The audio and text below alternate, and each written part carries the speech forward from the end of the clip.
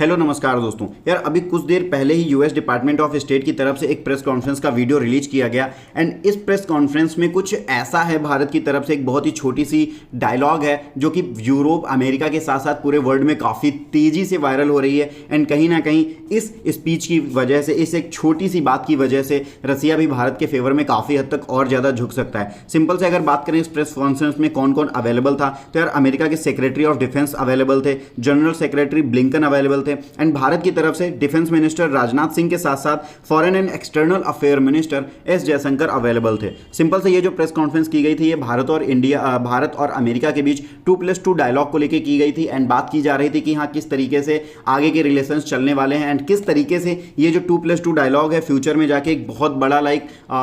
एक चेंज साबित होगा पूरी वर्ल्ड के लिए। लेकिन यार कहीं ना कहीं अमेरिका का जो मीडिया है वो इस बात को पचा नहीं पा रहा है कि इस वॉर सिचुएशन पे किस तरीके से इंडिया पूरे वर्ल्ड को मैनेज कर रहा है, क्योंकि अमेरिका की मीडिया ये बात बिल्कुल नहीं पचा पा रही है कि जिस तरीके से किसी भी बड़ी इमरजेंसी के टाइम पूरा जो वर्ल्ड था अमेरिका की तरफ झुक जाता था, अब कहीं ना कहीं पूरी तरीके से तो नहीं लेकिन हाँ थोड़ा बहुत इनडायरेक्टली जो वर्ल्ड है इंडिया की तरफ झुकता दिख रहा है। एंड यही एक सबसे बड़ा रीज़न है कि इंडिया ने पिछले कुछ टाइम पे रसिया से जो ऑयल परचेज करा है ना उसका मुद्दा बहुत ज़्यादा उठ रहा है एंड बहुत ज़्यादा अमेरिका की मीडिया के साथ साथ यूरोप की मीडिया वगैरह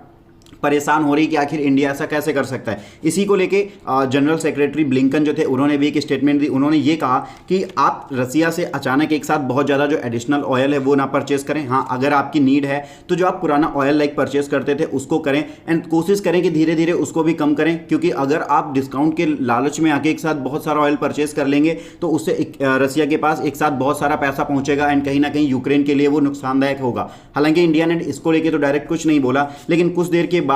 प्रेस कॉन्फ्रेंस में से अमेरिका की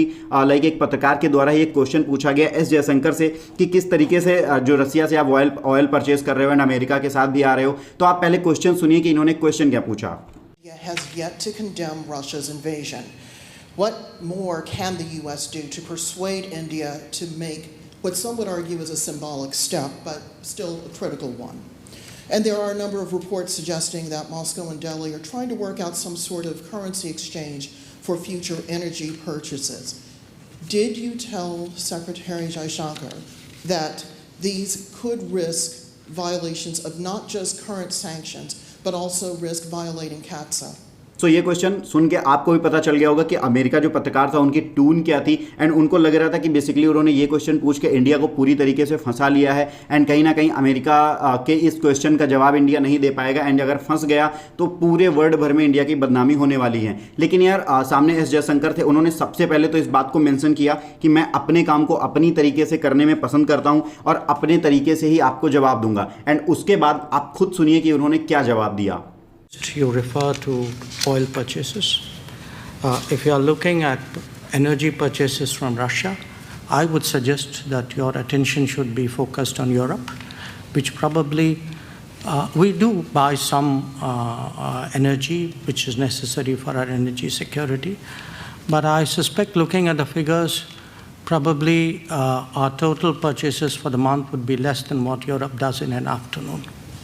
So you might want to think about it.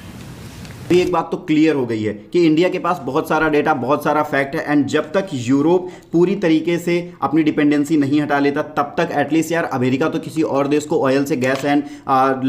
Gas हो गया या फिर ऑयल वगैरह परचेस करने से नहीं रोक सकता। क्योंकि अगर यूरोप ये एक्सक्यूज़ दे सकता है कि अगर हमने एक साथ रूस से सब कुछ परचेस करना बंद कर दिया तो हमारे यहाँ इमरजेंसी आ जाएगी, बहुत सारी चीज़ें ठप पड़ जाएंगी, तो सेम चीज़ इंडिया के साथ भी। अगर इंडिया भी अचानक से सब कुछ करना बंद कर दे, रसिया के साथ पूरा डील बंद कर दे, पूरा ट्रेड बंद कर दे, तो इंडिया में भी एक बहुत बड़ी इमरजेंसी एंड बहुत बड़ी प्रॉब्लम क्रिएट हो सकती है एंड इसके अगेंस्ट ना ही यूरोप का कोई देश एंड ना ही अमेरिका का कोई देश इंडिया के खिलाफ ऑब्जेक्शन कर सकता है। एंड दैट्स वाई कि जब अगर आपके पास अच्छे लीडर होते हैं, उनमें एक अच्छा कॉमन सेंस होता है, वो सही जगह पे सही क्वेश्चन का जवाब देने की अगर उनमें क्षमता होती है तो कहीं ना कहीं इसी तरीके से आपके देश की इमेज बनती है। सो ये वाला यार जो स्पीच है बहुत ज़्यादा वायरल हो रहा है एंड कहीं ना कहीं बहुत ज़्यादा इंपैक्ट करेगा आगे आने वाली पूरी की पूरी वर्ल्ड पॉलिटिक्स को। एंड देखते हैं इसका आगे क्या इंपैक्ट होगा अदर यूरोप वगैरह की तरफ से, क्या इसके काउंटर में कुछ बोला जाएगा। फिलहाल आपको क्या लगता है, क्या यार भारत की तरफ से ये जो स्टेटमेंट दी गई है जयशंकर साहब के द्वारा सही दी गई है या गलत दी गई है, इस बारे में आप हमें कमेंट बॉक्स में जरूर बताना।